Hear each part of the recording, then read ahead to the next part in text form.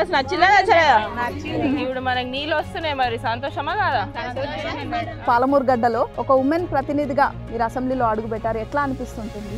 మొగోళ్ళదే ఇది ఉంటుంది, వాళ్ళే చూసుకుంటారు కదా, మనం ఎందుకు అని చాలా మంది కూడా అనుకుంటుండొచ్చు.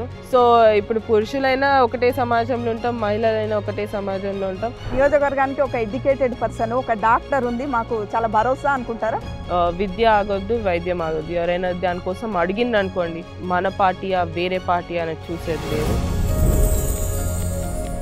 మీరు చిన్న వయసులో నాన్నని తాతని కోల్పోయారు, అమ్మ మీరు తమ్ముడే, అంటే ఒడిదుడుకులు అనిపించాయా ఎప్పుడైనా లైఫ్లో? ఫైనాన్షియల్ కానివ్వండి, పర్సనల్ లెవెల్లో కానివ్వండి, అప్స్ అండ్ డౌన్స్ చాలా ఉండే. అవన్నీ తట్టుకొని ముందుకెళ్తున్నాం. అటు కుటుంబము, ఇటు కెరీరు, ఇటు ప్రజా జీవితం, మూడింటిని ఎట్లా బ్యాలెన్స్ చేస్తున్నారు? నాకు ముందు నుంచి కొంచెం మల్టీ టాస్కింగ్ ఎక్కువ అలవాటు, సో అదే హెల్ప్ అవుతుందని చెప్పొచ్చు ఇప్పుడు.